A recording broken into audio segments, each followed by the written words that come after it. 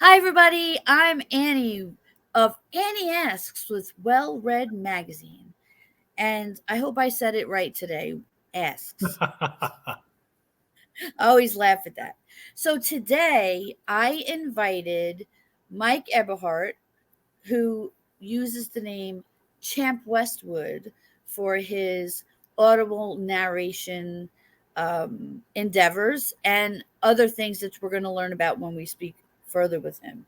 But I just want to let you know I am going to be putting up at the end where you can find him at superfunstudios.com and the pay link to the page for all of his audibles. So I put that together, and I also put together just some of his audibles because he has a lot of them, but these are ones I know about. And right in the middle is a QR code. So if you have your camera, all you have to do is tap it, and it'll bring you right to the page where you can look at what all of these stories are about. Wow, that looks neat. Isn't it cool? Yeah, that's neat. Yeah, it's not the full covers of everything, but it was like the best way to get the QR code in the middle and everything.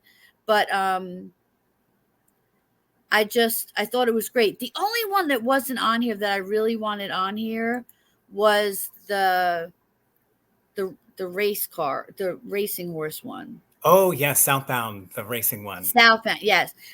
Yes, I love that. That's a great So story. Pardon me? It's a great story, that one.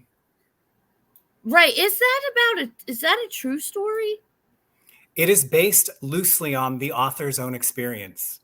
So Oh, he's taken wow. some professional liberties, but it is based on his real experience. That's kind of what I did. So I added cross genre, magical realism. I added these things. Well, because you know me, like I'm an embellisher, and people when I'm embellishing something, because I'm trying to tell a joke or something, Right, yeah, so you're doing like, it for effect. pardon me? You're doing it for effect, dramatic effect, Well, comedic effects. exactly. Well, also I'm Irish and it's banter. Oh, fantastic. So that's just what it is. Okay. I mean, they say the Irish can make up stories. Oh, I just went, check the mail, and on the way back there was a wee leprechaun in the yard, like it'll be this big story for They the make up a wife thing. when he gets back in. So that's what they say. I think it's a very funny story.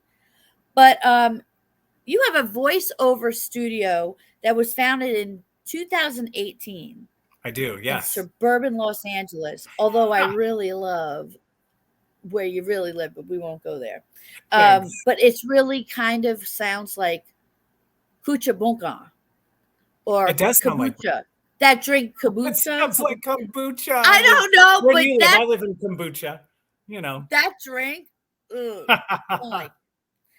But I mean, you can find him on his voice is on television, radio, internet, Audible, Amazon, Apple iTunes, Barnes and Nobles, and anywhere audiobooks are sold. He really does work with Panda Moon Publishing, as well as a bunch of different publishers of his choice when he wants to take on a project. But I met him when he was working with Panda Moon and fell in love with his voice because he can do like 180, or is it like 225? What is it? Like the number of characters I can do. I don't Yes. know the max range. The most I've ever done in a book is 81 unique characters. And the book I'm currently Okay. narrating, I did 14 unique characters with 5 unique accents in one chapter. That's amazing. That's amazing. Crazy. But 11 of I them are found out robots. how it's stunning, and how you do all of this work. But I wanted to ask you, what got you into this in the first place? Ooh, that's a great question and something that no one ever has asked me, I really. never asked. That's so I've funny. grown. What actually got me into this was a tabletop RPG game called Dungeons and Dragons.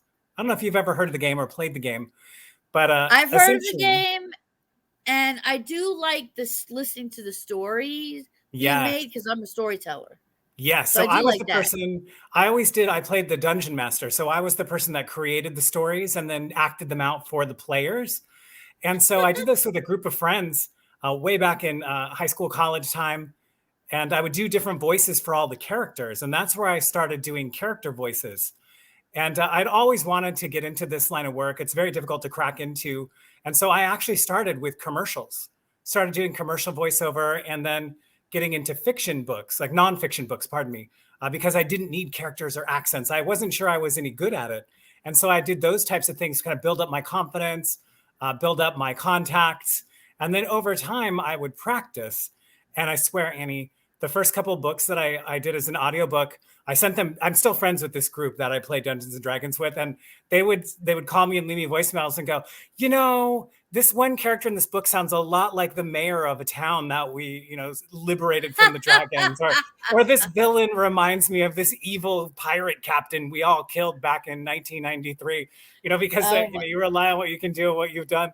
And so, yeah, I'm creating these voices in Dungeons and Dragons, and it's kind of carried over that kind of fun adventure creation part where you just kind of go for it and see what comes out. I think it's great. And you like catalog the characters and how you, what happened? I'm losing you. Did you see what just happened? It buffered. Yeah, it buffered. Or did I just really look pretty? No, you look pretty, but you paused. You got stuck. You're just like, Was I like? And then you started again. Yeah, whenever exactly. I see it's going to pause, I'm like, that's the new thing. Well, I mean, what is this? What is this? That's our new buffer pose. That's what we do when it buffers. I think it's funny. It's better than some of the faces, but okay. So I loved when you told me that you cataloged the way you did the characters' voices, because sometimes you'd have to do one at 4:00 in the morning because your voice was gruff. So sometimes you put a marble in your mouth. I do so many insane things, Annie. It's crazy. But I do catalog each character voice because you never know. I'm a weirdo. I don't read the book ahead of time. I read it while I'm going. So I'll read the night before what I'm going to record the next day to keep the emotions fresh and to make sure I don't spoil the ending for myself. I want to be surprised by the twists in the book, and I want you to hear it in my voice. So I don't know if a character's coming back or not. So I'll create a character in chapter 3, and maybe I don't see that character again until chapter 50. And by the time I get there, I don't remember who they are, what they did, or why they did. So I always make sure and go in and say, okay, Mike, here's what you did. It's this time of day. Here's what you have in your mouth or not. Here's an actress or actor you're thinking of. Here's the accent work. Here's physically where you're placing it. And then I'll read a few lines that way so that I can hear it. And then later, go ahead. I'm sorry. One time you said, and where your tongue is. But it's funny. Tongue placement is really important. It changes your sound, whether it's up at the top or if it's down the bottom or if we have it on your cheek, or if, it changes your vocal production by how it resonates and can just affect you. So yeah, so I do crazy things with my mouth while I'm recording. Thank goodness they don't film amazing. Me. Well, it's funny. You have like this talent with your voice, and I have vocal cord dysfunction and angioedema. Oh, no. So like, when I just had an evaluation for one thing, they said, oh yeah, something's wrong with that girl's voice. Like it's like, oh my gosh, no way. Yeah, like it's all over the place. But it was well noted. But anyway, it's so much fun to go to his page, Super Fun Studios, or his website, because you can fall like down a rabbit hole. Because isn't that where all of your everything is there? Pretty much. Everything that I can get a hold of. So all my audiobooks are there. A few of my commercials are there. My commercial demo reel is there. Yes, it's the demo reels. Some of the work I've done for like corporate work, where you're, I do a lot of kinds of different voiceover work. And so, yeah, some of them I died. I'm like, wait a second. I went to McDonald's for that after that commercial. Like, I've seen that talking trash can in a cartoon once. That's me. That's just great.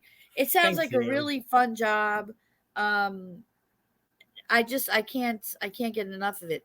But before we get into the Proust interview, Yeah. I wanted you to, if you wouldn't mind, do a reading for us so that we can understand and watch as a professional narrator. Well, the Read the pressure's book. on now. So for those who don't know, so I'll introduce the book first. So it's Code Gray. It's this book right here, written by I Benny love that. Sims. I love this book. It's such That's a a good great story. cover. Thank you. It won a Best Mystery of Killer Nashville 2021. And I do, gosh, I want to say somewhere in the mid 50s, early 60s in terms of characters. How many characters are in this book? So Annie had some clips we tried to upload so you guys could hear me in the studio and hear all that. But instead, we're going to do a live reading because the clips didn't work. So this is me reading cold. I have not read or listened to this book in a year. So here we go. It's going to be exciting. Please forgive. The setup of this book is there's a main detective, works for the FBI, named Bodie. He's a star detective. He's fantastic at what he does. And in this scene, he's there with a young buck, a guy fresh out of the academy named Tony, who will eventually become his partner. His chief is there, and they are at a murder scene of a famous radio host. A radio host has been assassinated, and this is their first on the scene. And I chose it because it's interesting about the scene work, but also there's 4 or 5 characters you'll get to hear all at once, and you can see my crazy faces that I make when I do these characters. It'll be fun. I know. So this is Code Gray, written by Benny Sims. Trying to find where to start. Here we go. Shot once in the back of the head, Cap said. I bet he didn't feel a thing, Bodie said. Looks to me like somebody walked up and popped him with the 9mm, said the shorter of the other 2 men. His name was Tony Girardi, and that's about all Bodie knew about him, other than the fact that he was a recent graduate of the academy, and probably got to the crime scene well ahead of any other detectives, so he could make a good impression. Tony was also getting the reputation of being a bit of a hothead. What makes you think they used a 9mm? Asked Cap. Well, that's what everybody uses nowadays, Cap. They all want to be Dirty Harry or something, Tony said. Dirty Harry? Asked Bodie. He used a .44 Magnum, didn't he? How old are you anyway, kid? Tony didn't answer. Hey, I'm not dirty. I took a shower a few days ago. I'm sure of it, Harry cracked. It was a bad joke, typical of his sense of humor. Cap looked at Harry and shook his head. Good God. We're standing here looking at one of the most famous people in the country, who just happens to have a bullet hole in his head, and you clowns are making jokes. Get on this, Bodie. Tony, you help him. Harry, I want you to go home. Why are you even here anyway? I never called you. Cap, come on. I ain't worked but 12 hours today, Harry said. Go home, Harry. You probably need a shower anyway. Harry pulled his hands from his pockets, shrugged, straightened his tie, and ambled away. See you guys later, he called over his shoulder. Cap turned his attention to Bodie and Tony. Go ahead and get started, he said. Find any witnesses. Look for a security video. Find out if this guy had any enemies. He turned to walk away, then paused. Let me know as soon as you find out anything. Will do, Bodie said as Cap headed toward a cluster of uniformed policemen. So, what do you think? A 9mm in the back of the head? Asked Tony. Actually, right now I'm less concerned about what was used than I am about who used it and why, Bodie said without looking up. He leaned forward with his hands on his knees, staring through the windshield at the dead talk radio star. I'm sure the lab guys will let us know what weapon was used soon enough. Oh, yeah, I know. I was just, guessing, Tony said. This guy was a talk radio host. He had lots of enemies, Bodie said, straightening up. The way I understand it, he pissed off a lot of people. So maybe he pissed off the wrong person. Wasn't he an addict or something? Maybe it was a drug deal gone bad, said Tony. Well, maybe. But I don't think he'd try to buy drugs on the top level of the place where he parked his car every day, where everybody would know who he was. Besides, people like him don't do their own dirty work. They have somebody do it for them. Well, yeah, I thought about that too, Tony said. Uh-huh, Bodhi grunted, never looking up as he continued to look for clues. That seems like a good place to stop. I love that. It's so interesting, and the way you do it is so fascinating. Thanks. The way you can go in and out with the narration, with the dialogue, where yeah. they say Tony said, he said, she. It's like, whoa, how can he do all of that? But I do want to tell everybody about. There's one in particular that I have not read or listened to that's hysterical at the beginning. It's about a gambler, and I think he's a drinker too. And I did listen to this, a lot of it, just not the whole thing. And he like goes to the racetrack and he's like straight up. It sounds like an announcer at the racetrack, and you feel like you can hear the hooves of the horses running, even though you don't. You just feel like it because you have created such an ambiance of that setting that you hear that. And it's that's the best piece of work I've ever heard on an Audible, ever. Wow, thank you. Ever. I put a lot of work into that. Thank you. You're welcome. Oh, it's so wonderful. But she can also delete that. But I was so surprised when you told me, oh no, I was the announcer too. I was like, what? Like, and I went back and listened to it again, and I was like, it's just so shocking to me, which is wonderful. Thank you. But even when you do your other pieces, that again, I listened to half of it, but it's like, I'm sorry, it's hard for me to listen to whole things because I have so many things to read. Oh, of course. I can't even imagine. I remember I used to read a book a day. Wow. I miss those days. And I'd interview that author at night. Oh my gosh, wow. That's how I found you. But anyway, it's all Champ Westwood is fabulous. But if you look at Mike Eberhardt, it'll tell you. I didn't know that narrators. It'll populate a list on Audible. It will, yeah. If you type wherever you are, Walmart, wherever you are, yes, anything that they narrate, and you're on other things like nonfiction things as well that I didn't include on here. Okay, so let's get started with the Proust interview. All right. So the reason it's so cool. So the reason why I do this Proust interview is I was addicted to Vanity Fair because my friend Amory Nieves always got that for me for Christmas because that's what I wanted. And then this year I said, oh no, it's okay, I don't need the magazine. Well, I was dying for the magazine, so I had to subscribe to it.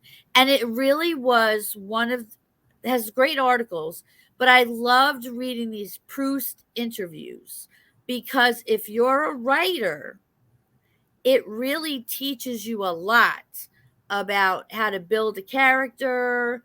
Even with their answers, you can mix it. You just get thoughts that you don't think about.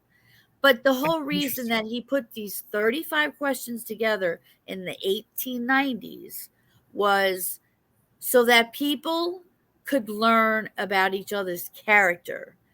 And, there's a lot to be said for character. Like, I can't stand when somebody attacks my character. You know what I mean? So, and some people are like that. And some people are like, I don't care. Everybody has their different thing. I call myself a soapbox person, which we all know I am. So if you know me well enough. So I do this.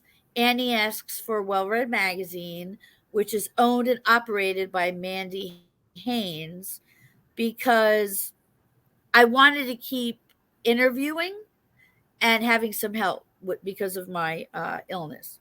Yeah. So this is the perfect way to do it. And I thank you for joining me today to be a guest, because I was interviewing only authors. And then I Yes. said, Thank you wait for a bringing second. me. There's so many people in the industry. It's true. I have to mix it up, like alphabet soup. So, and you know, you're the first that comes to mind for me when it comes to Oh, narrators. thank I mean, we had you. that Hearing Voices show, which was so much Yes, we've done fun. so many things together. Oh yeah. We've always had a blast. And people love us together too. They So do. We're that's fun. fun. But we're super fun. Like Super Fun Studios. Yeah. We're super fun. And there we go. So yeah, super fun. That's funny. Okay, so it was very hard to choose 10 questions for you. I bet. There's 35. Wow. But I chose 10. Now you can say pass if you don't have an answer. Okay, but try to tell us why you're giving us the answer. Of course. If you can. You got it. Like, don't say blue, but say blue because I love the color of the sky, or I love a blue Thunderbird, or whatever. Yes, it makes me feel this way. We want to know who you are. And the other reason why I like doing this is, I started interviewing authors because I believed that, because it started with authors, I believe that if somebody finds an interest in an author, likes their laugh, likes what they do, oh my God, they're into Yorkies too. Oh my, you start to follow them. That's true. And then every single book they have come out, and things don't get lost in translation. Yes, so I think it creates. Pardon me? I said that's true. You're absolutely right. Yeah, it is. So that's why I thought this would be good to keep doing something like this. So I'm going to ask you. I'm going to ask you first. Okay. This is a tough one. Okay. What is your idea of perfect happiness? Ooh, that's a tough question. Perfect happiness. I think that would be sharing a life with someone. Maybe that could be a significant other, it could be friends, it could be pets. A life where you do not have a lot of stresses, where your daily needs are met, where you're in low pain, where you have some hobbies that you like to pursue and can find enjoyment of, in an area that you enjoy being out in, where you can look at the sights, see the sky, meet your neighbors, talk to people, enjoy the weather.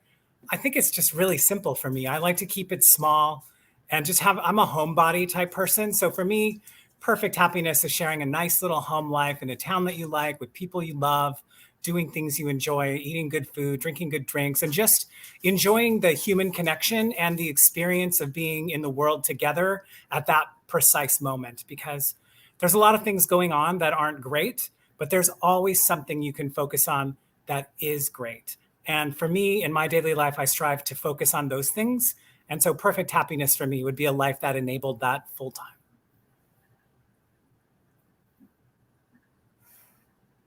Well, I remember when COVID first started. I love your answer, by the way. Mm-hmm.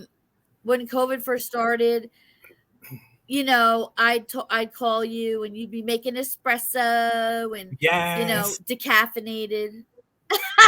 Right. Imagine this on caffeine. Not great. Not a good idea. Yeah, right. Exactly.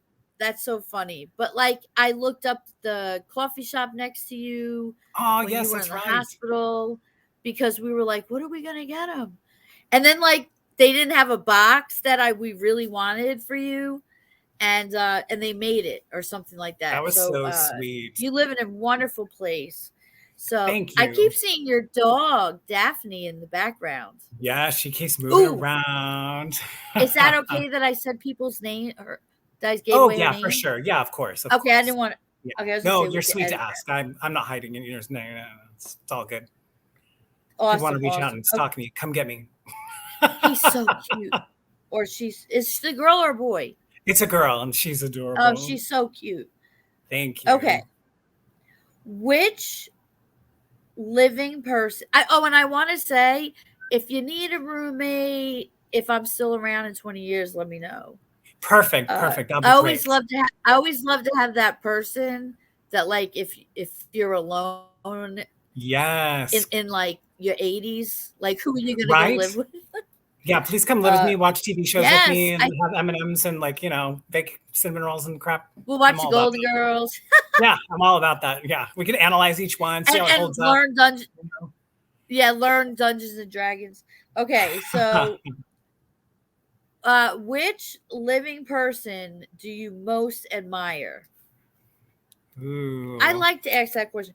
A lot of people ask dead person. Oh yeah, sure. But like living person, I'm gonna have to think about that for a moment. Do you mind? Oh no, you're supposed to have to.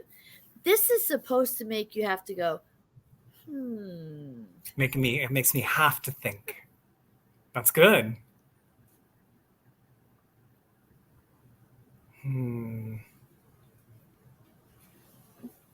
Hey, stop that. I like it. Sorry. I had to discipline the dog there real quick. She just had surgery last week, so she has to wear the cone of shame, but I don't like her in it because she sulks a lot. And so I have to keep an eye on her, make sure she's not licking her stitches. And so I'm just keeping an eye. Oh, you're such a good dad. It's true. The little donut, though, isn't too bad. Instead of the I tried that, but her neck is so long. She just reaches right around. I got her one, but she reaches right around her giant neck. And that's not that bad on them. It doesn't drive them as crazy. Oh, yeah, no, of course, yeah. Oh, gosh, I'm still trying to think of a living person who I most admire. Do you want to come back to it? Yeah, maybe I'll pass on that one. Maybe I'll just, yeah. Do you mind if we pass and I'll come back? Or not come back? Just well, you can pass and then say, oh, I want to come back. But, I mean, the answer is me. So that's the problem. Oh, you're right. I should have just said you. What am I thinking? Of course the answer is you. Let me try again. My answer is Annie. Try to do that with a edit everything, Mandy, up until my answer is Annie. Right? I'll do it again. You ready? Here we go. Make it real easy. Here we go. And okay. I think the living person I most admire is your Annie favorite? McDonnell. It's Annie. She's incredible. She dresses like a doll for my interviews. She goes through all kinds of physical trauma to get here, keeps a positive spirit, does what she loves. What's not to admire? There we go. We could put that in, and everybody watching the interview is like, oh, we're done with this interview. He's just sucking up this whole time. Let's just close this interview. Well, That's true. So funny. But you know what? You're like the male me. Oh, that's such a compliment. Thank you. We don't do the same exact things, but we're both we have health issues, but we still happy, and have our dogs. We steer the boat towards what we love and try to ignore the choppy waves of the ocean. That's so funny that you say that, because I say how people can't leave me floundering in the ocean because I'm going to drown. I need people to teach me how to surf. So I could be on top of the ocean. I mean, that's just so weird that you just said that. We have like the same quote. I do have ESPN. ESPN. I'm just kidding. Well, I'm psychic too, so watch out. No, nice. I have good intuition. I have very good intuition. Okay, let's see. One question which I have never asked anybody, which I'm not going to ask you though, it's on here. Go ahead. On what occasion do you lie? I think I did ask one person, but I don't like that one. I have an answer for that one. I can answer that one. What quality? Okay, do you want to answer it? Sure. Do you want to answer that one? Yeah, I'll answer that one. Absolutely. Okay. Well, tell us. Okay. Do you want to re-ask it, or do you want me just to go? Yeah, we'll re-ask it. Okay. Mike Eberhardt, on what occasion would you lie? That's a great question. So in my life, I tend to lie to make other people comfortable. So having physical challenges, I'm reluctant to say how much pain I'm in, or if I'm super dizzy that day, or what's going on, because I don't want to make anybody feel uncomfortable, and I don't want to drag the mood down. And they're issues for me to work on, not them. And so I typically will lie and say I'm doing better than I'm doing. That's a good point. That's interesting. Um, I I took a trip to a friend's house and like Mhm. 50,000 things were wrong Oh, yeah. because I didn't want my disability to be like the center of attention. Yes, So absolutely. I made up this thing that if I go to people's houses, they have to read it and sign it like a contract. That Ah, when we go somewhere and they have to get out my walker, they just need to get out the walker and hand it to me and let's keep going. Don't yes. say, "Do you need your walker?" But it's only right Right. there. Right, it doesn't need to be an interruption. Yep. It's just part of your normal life. Yeah, it's just So part of the daily routine. This is how it goes. exactly. Not a Yeah, that's big how it production. goes. And Yep. everything's fine. Yep. This is I just like how it that. is every day. It's just every day, and this is how it is. Right. I Yeah. love that. Okay. What is the quality you most wait? What is the quality you most like in a woman? Ooh, now is this a romantic? I guess any woman. You I'm can going to think make it like a you can person. say it Like, however you want to say it. But we've discussed this a lot, so I thought it would be a good answer because she's looking so, for your girlfriend. right? Yeah. Yeah. Still looking. So keep your eyes out. So for me, I would say the ability to be in the present moment, whatever that is.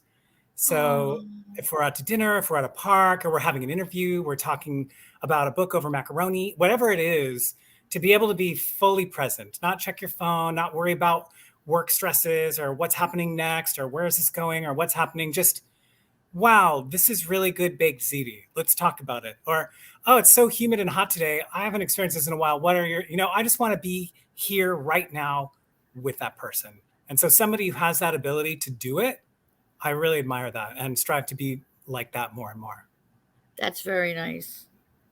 So, because I do know some girls that have had crushes on you, Well, but I don't please think tell they them were to like call that. me. It's been a long Okay. pandemic, Annie. Can you help me out? Okay, it has been a Oh, long that's so pandemic. funny. Oh my gosh. Okay, when and where were you happiest? Wow, that's a great question. Yeah, it's like me. Like I was two. You That's know, I lived. so funny. No, it would be the day I met my husband, Oh, nice. our first date, our wedding, our honeymoon, like Yeah, that's such that. an awesome time. I'd probably pick a similar Yeah. time, like in the early 2000s when I was newly married, working full time, putting myself through school, had stopped performing and was trying to like quote make it, and buying my first house and all those things. That was probably the happiest time for me, right there in the early 2000, maybe 2002. My favorite baseball team won the World Series that year. I bought a house that year. That's the year I bought my house. My team won the World Series. I think I got my first big screen TV. Like all the fun, like a lot of fun things were happening. Started back in school, which is something I never thought would You ever love be that possible word for me fun. again. I do love that word fun. I like to have fun. But yeah, I would pick that early 2000s, Right. probably my I like the happiest time. fun. Yeah, I love 2002, I'll it. pick that year. Yeah, and that's a lot of like the same things that I like. That's really cool. It sounds It's like a that great feeling of time, like, and I'm yeah, glad you had it. But me too. you're gonna do it again. You know, like you're gonna do it again in a different way. And if you're There you go. interested in Mike, swipe left. I don't Yes, know, or is mention it me, swipe send right? Annie an email, let her know. She'll screen it to make sure you're the right type of person and then forward it over. Making you the I matchmaker. do have. Annie's the matchmaker. I am. I am. I always was in high school. My Okay. track record indicates I don't choose Um. wisely, so I'm going to let you choose. Yeah. I will. I could choose someone really perfect. So let me think about this. I do know a lot of single people. So many single people since the pandemic. Wow, I believe it. It's tough Uh, because who wants to go out and date? a Like, I don't want to go lot. eat in a restaurant You or go to a know. movie, and you can't say, come watch movies at my house. That sounds bad. So there's like, I guess go out to dinner outside, go for a walk in the park, I guess. Come over my house. Come on over. You're going to have a good time. They're like, weirdo, boom, delete. Yeah, but and we're not going to wear masks. Oh, yeah, no masks. Or maybe that is the day. We're going to put on a fun movie and wear masks, like purple masks, No, like clean the floors, and have some ice cream. That sounds like a fun day. Well, you know what's funny? You know what's funny too? What? In my infusion suite, we don't have to wear masks like as of 2 weeks ago. Oh, And wow, really? a lot of us didn't know each other. And we were all like, that is not how I thought you were going to look. Oh, my gosh, because for 2 years, or how long it's just been like this and you can't see their face? We all wore masks. So nobody knew what each other, like, we knew what each other's eyes looked like. But when you see someone's whole face, so like, I never knew the nurse Nicolette, ever. She would say, Annie, I'm Nicolette. And I'd say, look, I don't know because you don't have your mask on. It does drastically change people's appearances, though. It's so yeah. So like, you can't date when people are not wearing their masks. No. I mean, when they're wearing their masks. I'm just kidding. Okay. That's funny. What would you consider your greatest achievements? My greatest achievement. There's just so many to pick. No, I'm just kidding. I think for me, this will probably be a small thing for a lot of people, but for me, it's I'm going to say graduating. what I think it is. No, I'm just kidding. Yeah, I'd love to hear what you say after mine. So for me, I want you to pick my greatest achievement. So for me, it's putting myself through college in my early 30s and graduating magna cum laude. I grew up and went to a performing arts school. I was a singer dancer. I went and did shows, tours and cruise ships and Disney, you name it. So I never thought I'd get to go back to school. And when I got married, I had to settle down and get a real career. And so I taught myself computers and got computer certification, but I thought college would be out of reach. Luckily, I worked at a company that would pay for college. So I went back and went to college while I worked there, got my degree in 2.5 years. And I never thought I would live in a world where I had a bachelor's degree. And so I'm super proud of that achievement. I live in a post-collegiate world. And for a lot of people, it's a small thing. But for me, I had a rough childhood. I was not, taken to college or shown a roadmap of how to do things or any kind of support at all. And so to be able to go back in my early 30s and do it was huge for my self-esteem. And I'm just so grateful I did it. Every day I look at that diploma. It's in my voiceover studio. I see it every day. I look at the computer and I'm always like, wow, I really did that. And it's been awesome. A long time. Congratulations. You should be very proud of that. Thank you. Hugely proud. You're welcome. You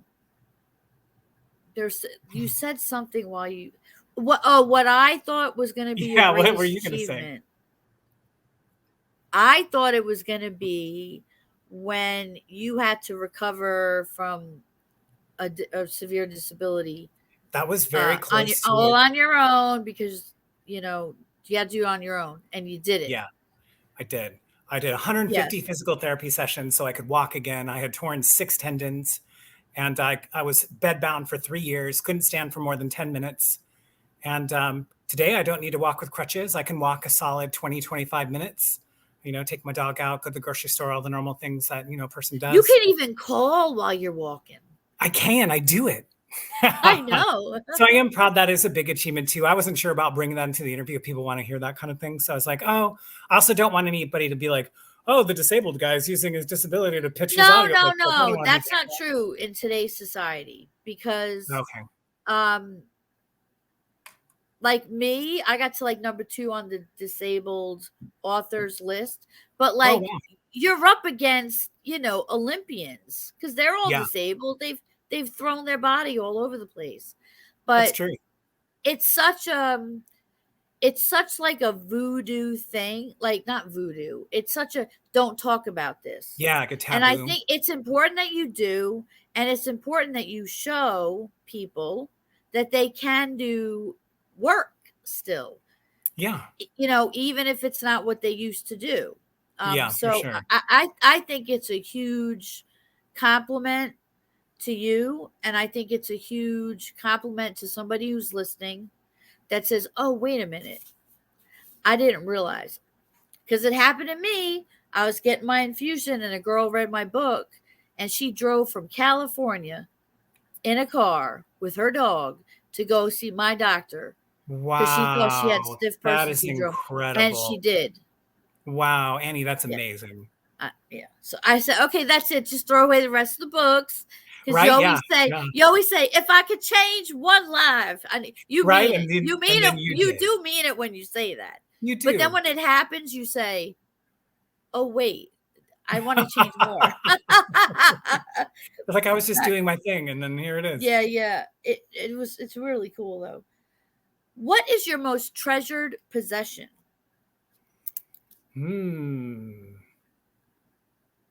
Yeah, if there's a big fire in my house, what would I go to save first? Honestly, Wow. probably my I have every time I do an audiobook, I ask the author to sign it and send me a physical copy. And so I have physical copies of every audiobook I've done, signed by the authors around my house. And I would probably grab a duffel bag and throw them all in there. That's probably my most prized possession, is the physical representation of my art, acknowledged and enjoyed by the original creator of the art. I would say that. You are Frasier. Ha! He had all of the cassettes of his radio Oh my show gosh, no way. Oh, in like a wow. sweater closet, and one was like turned upside down, and like an Oreo Speedwagon cassette was put in there. He had a heart attack. But anyway, that's funny. And then you have a dog named Daphne. Oh my God. Oh my gosh, you're All right. That right. is the same thing. That's really interesting. I think you need to get a fire safety thing to put them in, because you live in California, dude. You Right. know, We do you have the guys are like wildfires. drowning or going in a fire or something. I'm sorry. True. California scares the living daylights out of me. It's a big place, so lots of things happen here. Well, I didn't realize how bad the wildfire thing was, because we never experienced that here. So to us, we were all saying, oh my gosh, this happens to people in California all the time. It does. Okay. Oh boy. You got a heavy one. You got some heavy lifting over there. Yeah. Who are your favorite writers? Ooh. I'm not going to name anybody that I've worked with, because I've worked with lots, and some of them are really amazing and I really admire their work. Some of them, I really love them as people. So from people that I don't know, some of my favorite writers, I love Stephen King. I think some Stephen King, which you wouldn't think by talking to me, because I'm so like, hey, everybody, I'm a happy dude. But Stephen King's really interesting to me. The horror writing is really interesting. And I think he comes up with a lot of interesting premises, and everything's very accessible. I also like an author named Tom Robbins, who's a little less accessible, more literary, but very witty, a lot of fun, satirical things, Common Sense Society. Those two probably I would name as my favorites. Okay. Well, that's very smart, because that's like what I know. Stephen King is a huge teacher to writers. Is he? I don't follow him as a person. I just has. Isn't she pretty? She's so... Oh yeah, he has. I have his book. It's called On Writing or something like that. And she was just standing back there in like the perfect like greyhound pose. Very, very cute. She's like, I'm gonna be in Daddy's photo, whether he right. She's like, I want to be on this show. Let's do this show together. Come on. I want to be famous. All right, so I think that's 8. What is your greatest regret? Ooh, my greatest regret. Don't forget, you can pass. Oh no, it's okay. I'll think of one that's not too heavy, because everybody has lots of them, right? Right. I think as an artist, my greatest regret is that I didn't start sooner. Doing audiobooks and audio related work is something I've always wanted to do. And I did some commercials back in 2009, 2010 and some stuff. But then I got really sick and then couldn't do it. So then I started in earnest in 2018, but I wish I had started way back when I was doing cruise ships and tours and things back in the late 90s. It'd have been a lot easier to break in. I would be such a better storyteller because I would have all those years of experience under my belt. I can only imagine the depth and what I could be bringing to the table with an additional 10 years, 15 years experience. Oh, So I wish that I had the self-belief to start earlier and to not listen to other people about it or get discouraged. And so anyone out there who's thinking about trying their dream out, go give it a shot right now, because you'll never be younger. It'll never be easier than today. That just left me like, that's a great quote. Thank you. We're writing that down, and I'm gonna make a pretty graphic with that, and put your name. That was really, really nice. Thank you. So that was actually only 7 because of the pass. Okay, sorry. You're good. I'm the one who passed. Yeah, but I do like when people pass. You're like, pass. So my husband gave me one, yellow light. Okay. Now this is not from Proust. This is extra. This is extra because it's very good. Okay. Yellow light. Speed up or slow down? Ooh. That's just such a fun question. That's a great question. I think I'm typically a speed up person. I think typically I'm a speed up person. Unless I don't drive anymore, but I'm press on the brakes trying to stop, because like I got one of those drive-by video tickets. Oh, gotcha. Yeah, like the camera. When I was trying to stop in the stupid rain. Oh. So like I slid through. I was like, oh my God. Oh my gosh. Yeah. So it was like, if I see it turn yellow at all, it's like, oh, I'm stopping. But then the person behind me is going to rear end me. I'm in New York, for goodness sakes. That is true. I don't drive anymore anyway, so it doesn't matter. But I love that question. That's a great question. Yeah, I did. It gives you instant insight. I did rapid fire questions. Oh my gosh, you're so fun. You should that was fun. We should. That's a good one. Okay, I'll ask you this last then. What is your motto? I think my motto is fight, fight, fight, which sounds like I'm a negative combative person, but I don't mean it like that. There's a lot of struggles that we as humans face day to day, and you have to fight your way through that and through the emotions that come along with that. And sometimes against social expectations, obligations, duties, that kind of thing. And so for me, I think of it, I'm always fighting for peace in my mind, for well-being in my body, for the people that I love, for the projects that I'm passionate about. I feel like you have to carve out space for all of those things amongst all the noise and distractions of life. You have to fight for what you want, for what you believe in, and what you're capable of. And so I think fight, fight, fight. Right. That's so true. It's hard when you... And also, you have to have fight in you to sometimes get through the day. Some people in life. So like, that's good. That's yeah. I like quotes and stuff that so many different people universally can use. Absolutely. And so that's a perfect one. Thank you. Okay. Can I ask you an extra question? You can ask me 10,000 extra questions. I could sit here all day with you on video and chit chat. What do you got? Thank you. Thank you. What excites you? Ooh, that excited me because I like to talk about things that I like. I like to do, for me, I get excited when I get to do collaborative things.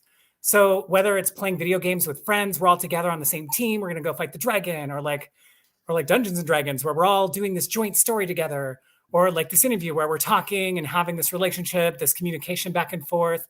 I get passionate, excited to work with other people and to talk with them and see what makes them tick and what's going on in your head and what are we doing today? We're making cookies today. Okay, well, what are we doing and why are we doing? I like that. That gets me passionate, like stuff we can do together, whatever that is. You are very easygoing when it comes to working with, like, everything we ever did together was always just very smooth. And, thank you. Not a lot of like, I don't know, everything just went really well. And, you're a very calm you're a calm person. I am. I try to Yeah, you recognize that are. everyone is trying their best. Like I try not to take anything personally. Like I think I try to approach it that everyone has the best intentions. Everyone wants to have a successful project. Everyone wants to have a good show.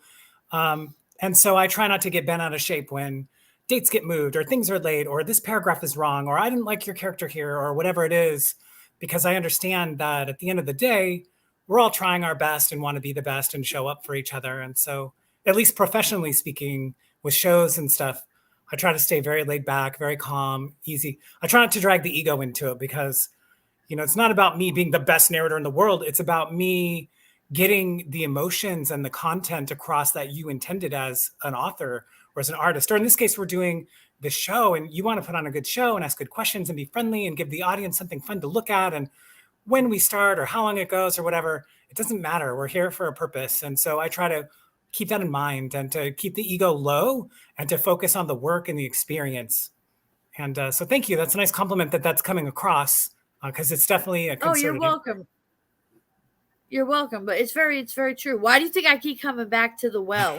I do tend to work with the same people over and over again because we always develop a good working relationship and rapport, and it's fascinating. It's fun. We definitely do. We always think of something new, and you always say okay, or I say okay. So I really appreciate you speaking with us today at, again, Well Read Magazine for the Annie Asks column. I have such trouble saying that. I always get so scared that it doesn't sound right. Please edit that out. Because I say that every single time because it was Annie's antics. But now I'm going back to doing those interviews. So we changed it. You can edit that out. Hey, Mandy. Hey, Mandy. She's moving right now.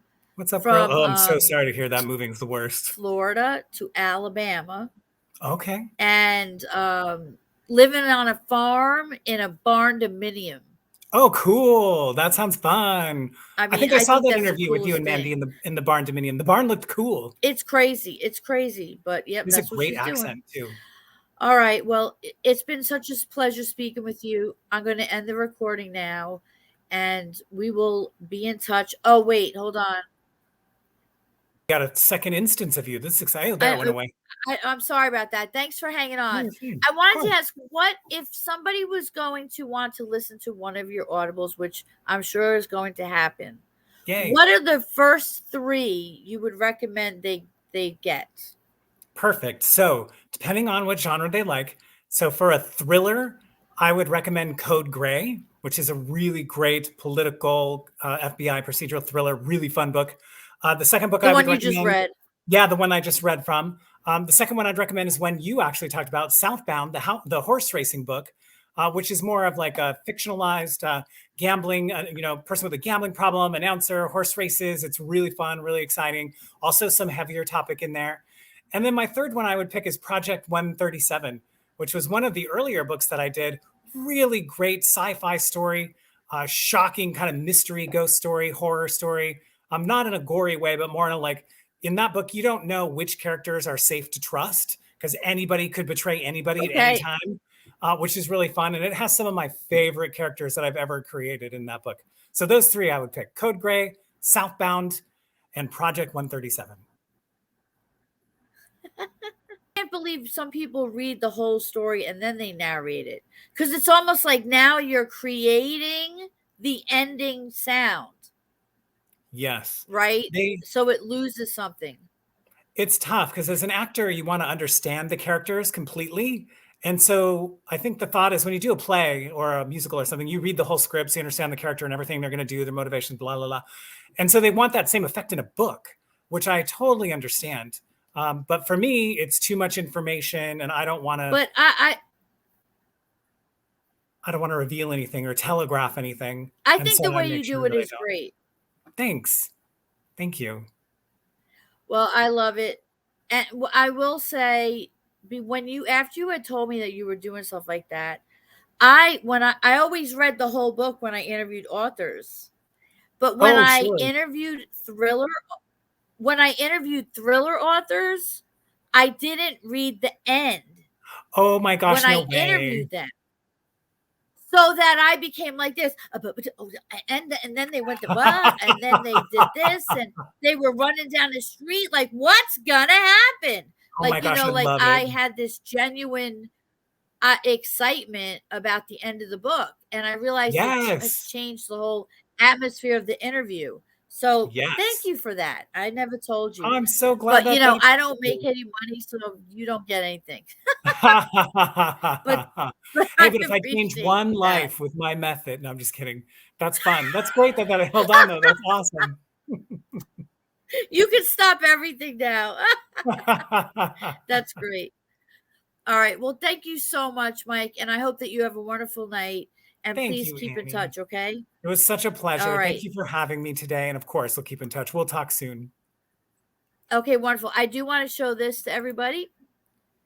To get in touch with Mike Eberhardt, you can find him at www.superfunstudios.com and write down this Audible link. I made a nice short one for you.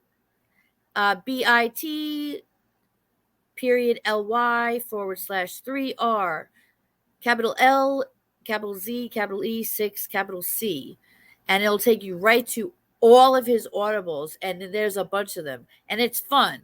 And then you can, like, if you star them, they'll tell you when they're on sale and everything. There So you go. That's the way to go. And you can listen to samples of everything. There's a solid 5 minutes for oh each yeah, book. yeah, it's you fall down a Mike Eberhardt rabbit hole for sure. It's like a All movie for right, your ears. say that again. It's Seth, who wrote Project 137, says that my audio narrating is like a movie for your ears. That's the one that I started listening to, but I got COVID. No, you Oh, I sent do it to me remember that. when I had COVID, and I kept falling asleep, and it had nothing to do with but I Oh, kept yeah. going back to listen to it because I was so enamored by it. Oh, it's But great. then I just couldn't stay awake for the life of me for anything. So I do have to get back to that one. That's All fun. right. Okay. Well, once again, I'm going to say goodbye, but we're always like this. I know, So right? thank you very much. And thanks everybody from Well Read. We're so excited that you took the time to listen to us and meet Mike Eberhardt. Thank Thank you. you. Bye bye.